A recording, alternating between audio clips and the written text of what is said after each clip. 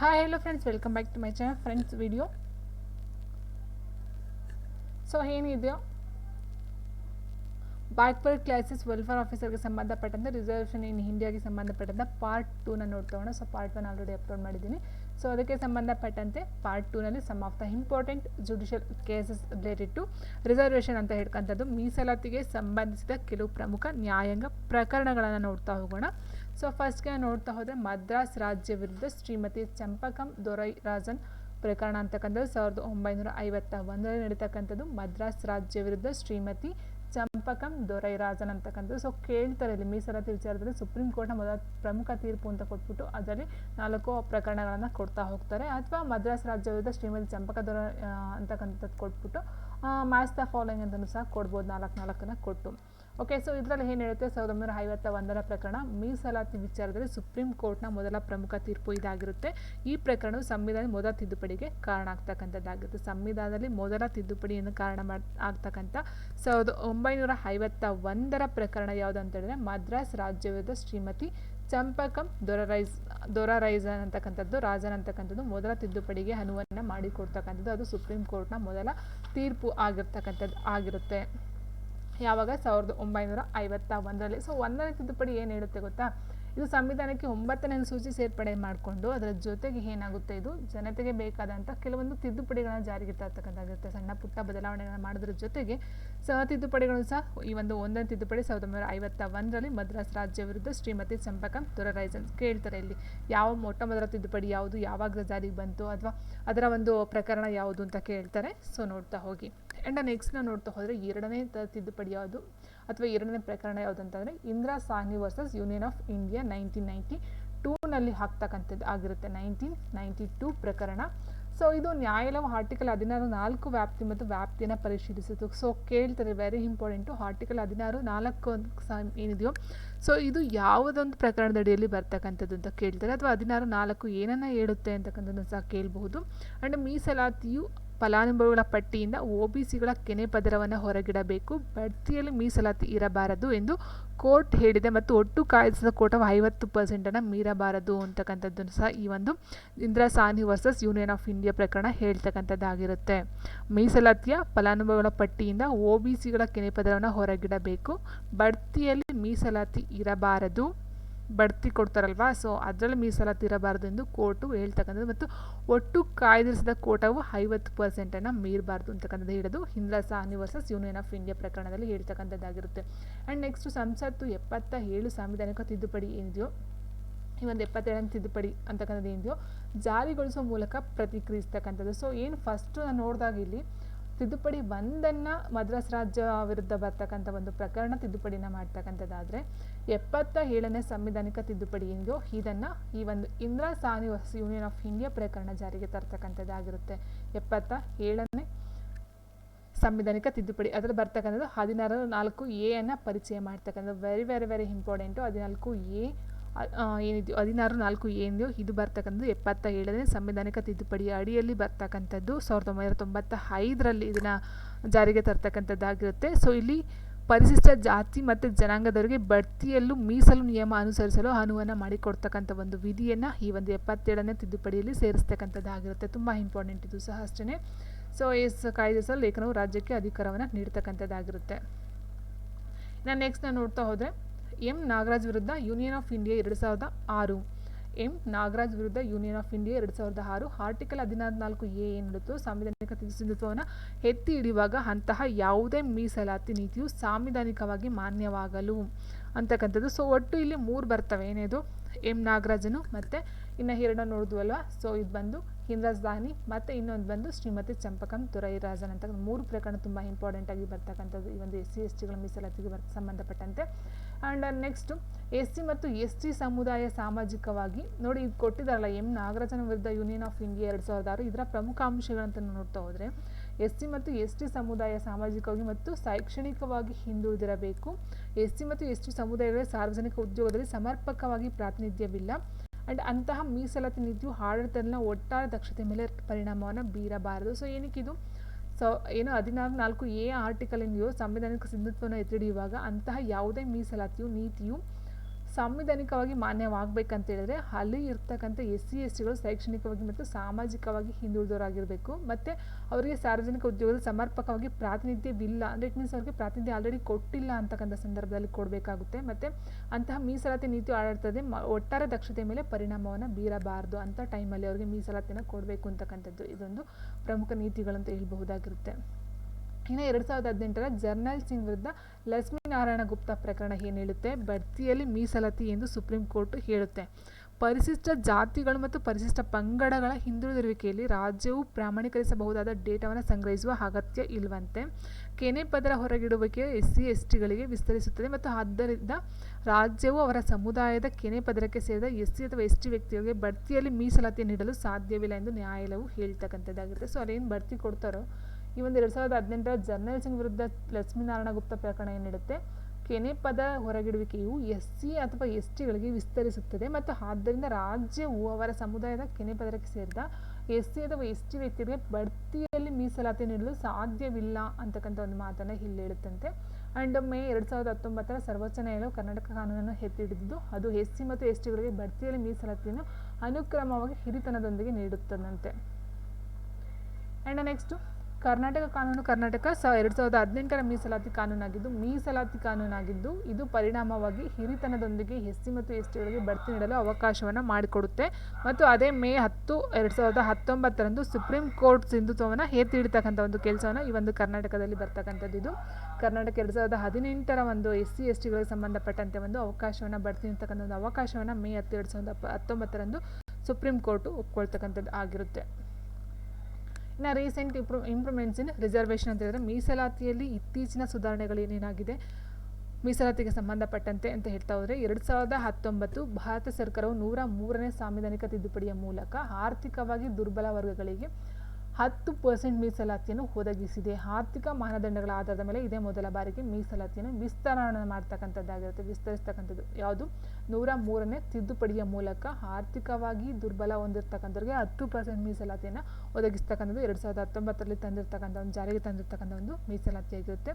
ಇನ್ನು 2019 ಮತ್ತೊಂದು ಏನಾಗುತ್ತೆ, ಲೋಕಸಭೆ ಮತ್ತು ರಾಜ್ಯ ಶಾಸಕಾಂಗಗಳಲ್ಲಿ SC ಮತ್ತು STಗಳ ಪರವಾಗಿ ಮೀಸಲಾತಿ 1960ರವರೆಗೆ ಮಾತ್ರ ಇತ್ತು.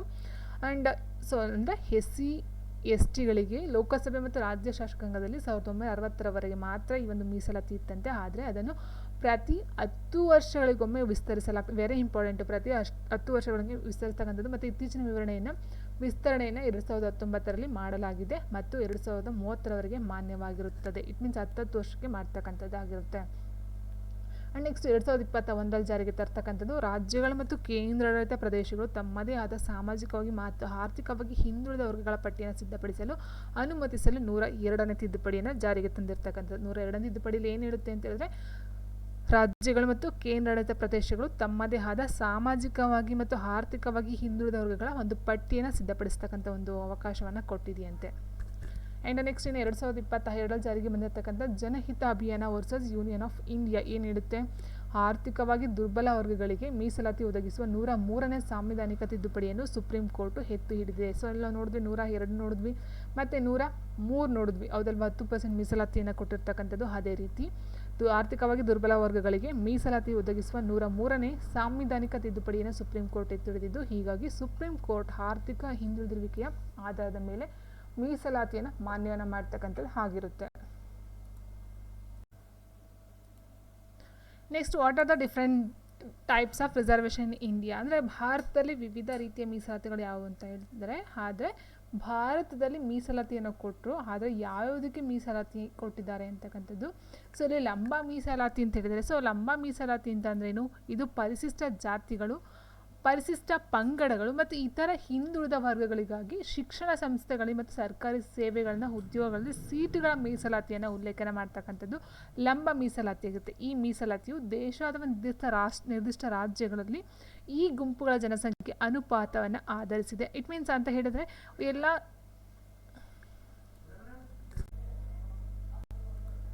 ಅಂತ ಹೇಳಿದ್ರೆ ದೇಶದಿಂದ ದೇಶ ಅಥವಾ ಒಂದು ರಾಜ್ಯದಿಂದ ಮತ್ತೊಂದು ರಾಜ್ಯಕ್ಕೆ ಅಲ್ಲಿ ಇರ್ತಕ್ಕಂಥ ಜನಸಂಖ್ಯೆಯನ್ನು ಅನುಪಾತವಾಗಿ ಮೀಸಲಾತಿಯನ್ನು ಕೊಡ್ತಕ್ಕಂಥದ್ದಾಗಿರುತ್ತೆ. ಎಲ್ಲ ಕಡೆ ಒಂದೇ ಥರ ಮೀಸಲಾತಿ ಇರೋದಿಲ್ಲ. ಫಾರ್ ಎಕ್ಸಾಂಪಲ್ ಕರ್ನಾಟಕದಲ್ಲಿ ಒಂದು ಮೀಸಲಾತಿ ಇದೆ ಅಂದರೆ ಅದೇ ಆಂಧ್ರ ಪ್ರದೇಶ, ತೆಲಂಗಾಣ ಅಥವಾ ಈ ಕಡೆ ಬೇರೆ ಸ್ಟೇಟ್ಗಳಲ್ಲಿ ಅದೇ ಮೀಸಲಾತಿ ಇರಬೇಕು ಅಂತಕ್ಕಂಥದ್ದೇನಿಲ್ಲ. ಆ ಒಂದು ರಾಜ್ಯಕ್ಕೆ ತಕ್ಕಂತೆ ಅಲ್ಲಿರ್ತಕ್ಕಂಥ ಜನಸಂಖ್ಯೆಗೆ ಅನುಸಾರವಾಗಿ ಮತ್ತು ದೇಶಗಳಲ್ಲಿ ವಿವಿಧ ಒಂದು ಮೀಸಲಾತಿಯನ್ನು ಕೊಡ್ತಕ್ಕಂಥದ್ದಾಗಿರುತ್ತೆ. ಸೊ ಇಲ್ಲಿ ಆಲ್ಮೋಸ್ಟ್ ಆಲ್ ಹೇಳಿದಾಗ ಲಂಬ ಮೀಸಲಾತಿ ಅಂತ ಹೇಳಿದ್ರೆ ಪರಿಶಿಷ್ಟ ಜಾತಿಗಳು, ಪರಿಶಿಷ್ಟ ಪಂಗಡಗಳು ಮತ್ತು ಇತರೆ OBC ಏನು ಬರ್ತಾರೋ ಅವ್ರಿಗೆ ಶಿಕ್ಷಣ ಸಂಸ್ಥೆಗಳ ಮತ್ತು ಸರ್ಕಾರಿ ಸೇವೆಗಳನ್ನ, ಉದ್ಯೋಗಗಳ ಸೀಟುಗಳನ್ನ ಮೀಸಲಾತಿಯನ್ನು ಕೊಡ್ತಕ್ಕಂಥದ್ದನ್ನ ಲಂಬ ಮೀಸಲಾತಿ ಅಂತ ಹೇಳ್ತಾರೆ.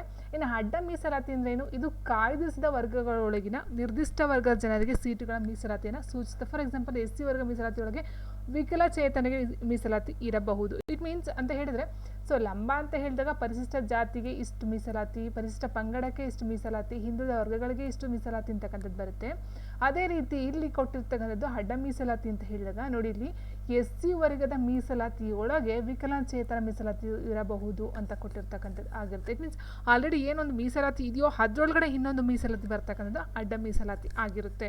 ಇನ್ನು ನೆಕ್ಸ್ಟ್ ನೋಡ್ತಾ ಹೋದರೆ ಜಾತಿ ಆಧಾರಿತ ಮೀಸಲಾತಿ ಅಂತ ಕೊಟ್ಟಿದ್ದಾರೆ. ಸೊ ಜಾತಿ ಆಧಾರಿತ ಮೀಸಲಾತಿ ಅಂತ ಹೇಳಿದಾಗ ಭಾರತದಲ್ಲಿ ಐತಿಹಾಸಿಕವಾಗಿ ಹಿಂದುಳಿದ ಜಾತಿಗಳಾದ ಪರಿಶಿಷ್ಟ ಜಾತಿಗಳು, ಪರಿಶಿಷ್ಟ ಪಂಗಡಗಳಿಗೆ ಸೇರಿದ ಜನರಿಗೆ ಶಿಕ್ಷಣ ಮತ್ತು ಉದ್ಯೋಗಕ್ಕೆ ಅವಕಾಶಗಳನ್ನು ಮತ್ತು ಪ್ರವೇಶವನ್ನು ಒದಗಿಸುವ ವ್ಯವಸ್ಥೆ. ಏನದಕ್ಕೂ ಇದಕ್ಕೂ ಏನು ಡಿಫ್ರೆನ್ಸ್? ಹೌದಲ್ವಾ? ಸೊ ಜಾತಿ ಆಧಾರಿತ ಅಂದರೆ ಏನು ಡಿಫ್ರೆನ್ಸ್, ಅಥವಾ ಈ ಒಂದು ಲಂಬ ಮೀಸಲಾತಿ ಅಂದರೆ ಏನು ಡಿಫ್ರೆನ್ಸು? ಹೌದಲ್ವಾ? ಸೊ ಇಲ್ಲಿ ಹೇಳಿದ್ದಾರೆ ಪರಿಶಿಷ್ಟ ಜಾತಿಗಳು ಮತ್ತು ಪರಿಶಿಷ್ಟ ಪಂಗಡಗಳಿಗೆ ಸೇರಿದ ಜನರಿಗೆ ಶಿಕ್ಷಣ ಮತ್ತು ಉದ್ಯೋಗಕ್ಕೆ ಅವಕಾಶಗಳನ್ನು ಮತ್ತು ಪ್ರವೇಶವನ್ನು ಒದಗಿಸ್ತಕ್ಕಂಥ ವ್ಯವಸ್ಥೆ ಅಂತ ಹೇಳಿದರೆ ಅದು ಇಲ್ಲೂ ಅಷ್ಟೇ. ಹೌದಲ್ವಾ? ಪರಿಶಿಷ್ಟ ಜಾತಿ, ಪರಿಶಿಷ್ಟ ಪಂಗಡ ಮತ್ತು ಇತರ ಹಿಂದುಳಿದ ವರ್ಗಗಳಿಗೆ ಶಿಕ್ಷಣ ಸಂಸ್ಥೆ ಮತ್ತು ಸರ್ಕಾರಿ ಸೇವೆಗಳಲ್ಲಿ ಉದ್ಯೋಗಗಳ ಸೀಟುಗಳ ಮೀಸಲಾತಿಯನ್ನು ಉಲ್ಲೇಖವನ್ನು ಮಾಡ್ತಕ್ಕಂಥದ್ದು ಲಂಬ ಮೀಸಲಾತಿ. ಹೌದಲ್ವಾ? ಸೊ ನೋಡಿ ಏನು ಡಿಫ್ರೆನ್ಸ್ ಅಂತ ಹೇಳಿದ್ರೆ, ಜಾತಿ ಆಧಾರಿತದೊಳಗಡೆ OBC ಬರೋದಿಲ್ಲ. OBCಲಿ ಇದು ಪರಿಶಿಷ್ಟ ಜಾತಿ, ಪರಿಶಿಷ್ಟ ವರ್ಗಕ್ಕೆ ಸೇರ್ತಕ್ಕಂಥದ್ದಲ್ಲ. ಸೊ ಹಿಂದುಳಿದ ವರ್ಗ ಅಂತಕ್ಕಂಥ ಒಂದು ಇದೇನಿದೆಯೋ ಇಲ್ಲಿ ಯಾರು ಶೈಕ್ಷಣಿಕವಾಗಿ ಮತ್ತು ಆರ್ಥಿಕವಾಗಿ ಸಾಮಾಜಿಕವಾಗಿ ಹಿಂದುಳಿದಿರ್ತಾರೋ ಅವ್ರನ್ನ ಹಿಂದುಳಿದ ವರ್ಗ ಅಂತ ಹೇಳ್ತೀವಿ. ಇಲ್ಲಿ ಪರಿಶಿಷ್ಟ ಜಾತಿ, ಪರಿಶಿಷ್ಟ ಪಂಗಡದವರು ಬರೋದಿಲ್ಲ. ಅದೇ ಜಾತಿ ಮೀಸಲಾತಿ ಅಂತ ಹೇಳಿದಾಗ ಅಲ್ಲಿ ಜಾತಿ ಆಧಾರಿತ ಅಂತ ಹೇಳಿದಾಗ ಪರಿಶಿಷ್ಟ ಜಾತಿ ಮತ್ತು ಪರಿಶಿಷ್ಟ ಪಂಗಡಗಳು ಮಾತ್ರ ಸೇರ್ಕೊಳ್ತಕ್ಕಂಥದ್ದು ಶಿಕ್ಷಣ ಮತ್ತು ಉದ್ಯೋಗಕ್ಕೆ ಅವಕಾಶಗಳನ್ನು ಕೊಡ್ತಕ್ಕಂಥ ವ್ಯವಸ್ಥೆನ ಜಾತಿ ಆಧಾರಿತ ಮೀಸಲಾತಿ ಅಂತ ಹೇಳ್ತಾರೆ. ಆ್ಯಂಡ್ ನೆಕ್ಸ್ಟ್ ಲಿಂಗ ಆಧಾರಿತ ಮೀಸಲಾತಿ. ಸೊ ನೋಡಿ, ಇದು ಜಾತಿ ಅಂತ ಹೇಳಿದಾಗ SC ST, ಇನ್ನು ಲಿಂಗ ಅಂತ ಹೇಳಿದಾಗ 2 ಲಿಂಗ ಬರುತ್ತೆ. ಹೌದಲ್ವಾ? ಸೊ ಏನು 2 ಲಿಂಗ ಮತ್ತು 1 ತೃತೀಯ ಲಿಂಗ ಅಂತ ಸಹ ಬರುತ್ತೆ. ಓಕೆ, ಸೊ ಲಿಂಗ ಆಧಾರಿತ ಮೀಸಲಾತಿಯಿಂದ ಲಿಂಗ ಸಮಾನತೆ ತತ್ವವನ್ನು ಆಧರಿಸ್ತಕ್ಕಂಥದ್ದು. ಭಾರತದಲ್ಲಿ ಸಂವಿಧಾನವು ಆರ್ಟಿಕಲ್ 243D ಮತ್ತು 243DT ಅಡಿಯಲ್ಲಿ ಸ್ಥಳೀಯ ಸಂಸ್ಥೆಗಳಲ್ಲಿ ಮಹಿಳೆಯರಿಗೆ 3ನೇ 1 ಭಾಗದಷ್ಟು ಮೀಸಲಾತಿಯನ್ನು ಒದಗಿಸಿದೆ. Very very important. ಯಾವ ಒಂದು ಆರ್ಟಿಕಲ್ ಹೇಳುತ್ತೆ ಈ ಒಂದು ಲಿಂಗ ಸಮಾನತೆ ಅಥವಾ ಮಹಿಳೆಯರಿಗೆ 3ನೇ 1 ಭಾಗದಷ್ಟು ಮೀಸಲಾತಿಯನ್ನು ಕೊಡ್ತಕ್ಕಂಥದ್ದು ಯಾವ ಒಂದು ಅನುಚ್ಛೇದ, ಯಾವ ಒಂದು ಆರ್ಟಿಕಲ್ ಬರುತ್ತೆ ಅಂತ ಕೇಳ್ಬೋದು. ಅಥವಾ ಮಹಿಳೆಯರಿಗೆ ಎಷ್ಟು ಮೀಸಲಾತಿಯನ್ನು ಒದಗಿಸಿ ಕೊಟ್ಟಿದೆ ಅಂತಕ್ಕಂಥದ್ದು ಸಹ ಕೇಳಬಹುದಾಗುತ್ತೆ. 3ನೇ 1 ಮಹಿಳೆಯರಿಗೆ ಮೀಸಲಾತಿಯನ್ನು ಕೊಟ್ಟಿದೆ. ಇದು ಲಿಂಗ ಸಮಾನತೆ ತತ್ವವನ್ನು ಆಧರಿಸಿದೆ ಮತ್ತು ಇದು ಆರ್ಟಿಕಲ್ 243D ಮತ್ತು 243T ಅಡಿಯಲ್ಲಿ ಈ ಒಂದು ಆರ್ಟಿಕಲ್ ಹೇಳ್ತಕ್ಕಂಥದ್ದು ಆಗಿರುತ್ತೆ. ಇದು ವೆರಿ ಇಂಪಾರ್ಟೆಂಟ್, ಲಿಂಗ ಆಧಾರಿತ.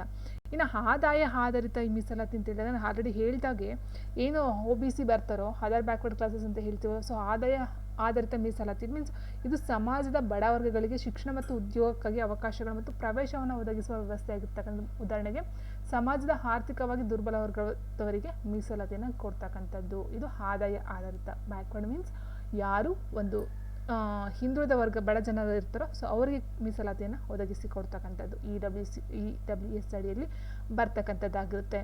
ಇನ್ನು ವಿಕಲಚೇತನಿಗೆ ಮೀಸಲಾತಿ ಇದು ಸಹ ಇದೆ. ಇದು ವಿಕಲಚೇತನ ಅಂತಂದರೆ ಅಂಗವಿಕಲರು ಯಾರಿರ್ತಾರೋ ಸೊ ಅವರಿಗೆ ಇರ್ತಕ್ಕಂಥ ಒಂದು ಮೀಸಲಾತಿ.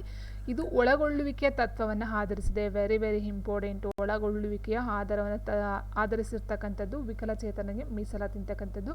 ಇದು ವಿಕಲಾಂಗರಿಗೆ ಸಮಾನ ಮತ್ತು ಪ್ರವೇಶಿಸಬಹುದಾದ ಸಮಾಜವನ್ನು ರಚಿಸುವ ಗುರಿಯನ್ನು ಹೊಂದಿದ್ದು. ಉದಾಹರಣೆಗೆ ಸರ್ಕಾರಿ ಉದ್ಯೋಗಗಳ ಅಂಗವಿಕಲರಿಗೆ 4% ಮೀಸಲಾತಿಯನ್ನು ಕೊಡ್ತಕ್ಕಂಥದ್ದಾಗಿರುತ್ತೆ. Very very important.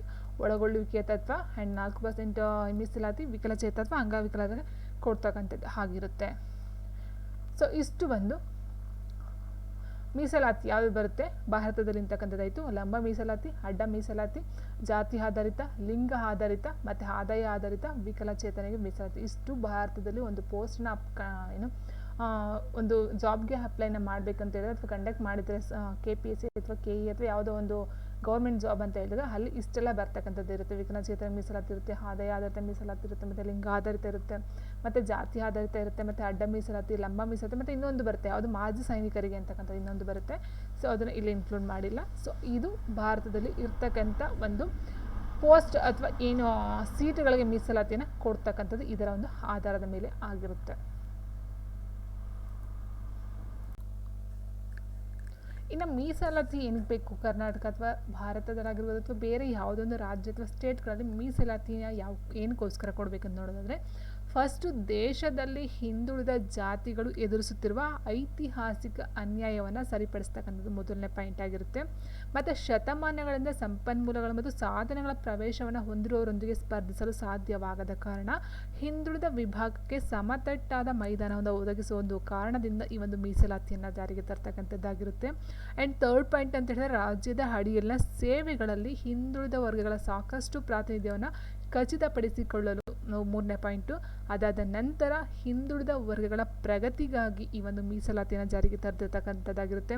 ಮತ್ತು ಅರ್ಹತೆಯ ಆಧಾರವಾಗಿ ಸಮಾನತೆಯನ್ನು ಖಚಿತಪಡಿಸಿಕೊಳ್ಳಲು, ಅಂದರೆ ಅರ್ಹತೆಯ ಆಧಾರದ ಮೇಲೆ ಅವರನ್ನು ನಿರ್ಣಯಿಸುವ ಮೊದಲು ಎಲ್ಲ ಜನರು ಒಂದೇ ಮಟ್ಟಕ್ಕೆ ತರಬೇಕು ಅಂತಕ್ಕಂಥ ಒಂದು ರೀಸನಿಂದ ಏನು ಮಾಡ್ತಾರೆ, ಈ ಒಂದು ಮೀಸಲಾತಿಯನ್ನು ಭಾರತ ಅಥವಾ ಕರ್ನಾಟಕ ಅಥವಾ ಯಾವುದೇ ಒಂದು ಸ್ಟೇಟ್ಗಳಲ್ಲಿ ತರ್ತಕ್ಕಂಥದ್ದು ಆಗಿರುತ್ತೆ. ಮೇಯ್ನಾಗಿ ಏನಂತ ಹೇಳಿದ್ರೆ, ಅಸಮಾನತೆಯನ್ನು ಹೋಗಲಾಡಿಸ್ತಕ್ಕಂಥದ್ದು, ಸಮಾನತೆಯನ್ನು ತರ್ತಕ್ಕಂಥದ್ದು, ಮತ್ತು ಹಿಂದುಳಿದ ವರ್ಗಗಳನ್ನು ಮುಂದೆ ತರ್ತಕ್ಕಂಥದ್ದು, ಅವರ ಒಂದು ಪ್ರಗತಿಗೋಸ್ಕರ ಮಾಡ್ತಕ್ಕಂಥದ್ದು ಈ ಒಂದು ಮೀಸಲಾತಿ ಆಗಿರುತ್ತೆ. ಇನ್ನು ನೆಕ್ಸ್ಟ್ ನಾವು ನೋಡ್ತಾ ಹೋದಾಗೆ ಭಾರತದ ಮೀಸಲಾತಿ ಕೋಟ ಯಾವ್ಯಾವ ರೀತಿ ಇದೆ ಅಂತ ನೋಡ್ತಾ ಹೋದರೆ, ಭಾರತದ ಮೀಸಲಾತಿ ಇರ್ತಕ್ಕಂಥದ್ದು ಪರಿಶಿಷ್ಟ ಜಾತಿಗಳಿಗೆ 15%, ಪರಿಶಿಷ್ಟ ಪಂಗಡಕ್ಕೆ 7.5%, ಇತರ ಹಿಂದುಳಿದ ವರ್ಗಗಳು OBCಗೆ ಬಂದು 27% ಆಗಿರುತ್ತೆ. ಆರ್ಥಿಕವಾಗಿ ದುರ್ಬಲ ವಿಭಾಗಗಳು ಬಂದು 10% ಕೊಟ್ಟಿರ್ತಕ್ಕಂಥದ್ದು, ಮತ್ತು ಈ ಒಂದು ವಿಕಲಾಂಗ ವ್ಯಕ್ತಿಗಳಿಗೆ 4%. ಬಟ್ 4% ಅಂತ ಹೇಳಿದಾಗ ಇದು ಇದರೊಳಗೆ ಇನ್ಕ್ಲೂಡ್ ಆಗ್ತಕ್ಕಂಥದ್ದು ಇರುತ್ತೆ. ಯಾಕಂದರೆ ಇಲ್ಲಿ OBC ಬರ್ಬೋದು ಅಥವಾ ಜನರಲ್ ಬರ್ಬೋದು ಅಥವಾ ಪರಿಶಿಷ್ಟ ಜಾತಿ ಪರಿಶಿಷ್ಟ ಪಂಗಡದವರು ಸಹ ಬರ್ಬೋದು. ಬಟ್ 4% ಈ ಒಂದು ವಿಕಲಾಂಗ ವ್ಯಕ್ತಿಗಳಿಗೆ ಸಿಗ್ತಕ್ಕಂಥದ್ದು ಆಗಿರುತ್ತೆ. ಸೊ ನೋಡಿ, ಇಲ್ಲಿ 27 ಬಂದು ಹಿಂದುಳಿದ ವರ್ಗಗಳು, ಆ್ಯಂಡ್ EWS ಬಂದು 10%, ಆ್ಯಂಡ್ ಪರಿಶಿಷ್ಟ ಪಂಗಡ ಜಾತಿ ಬಂದು 22.5% ಬರ್ತಕ್ಕಂಥ ಟೋಟಲ್ ಆಗಿ ಇಬ್ಬರಿಂದ.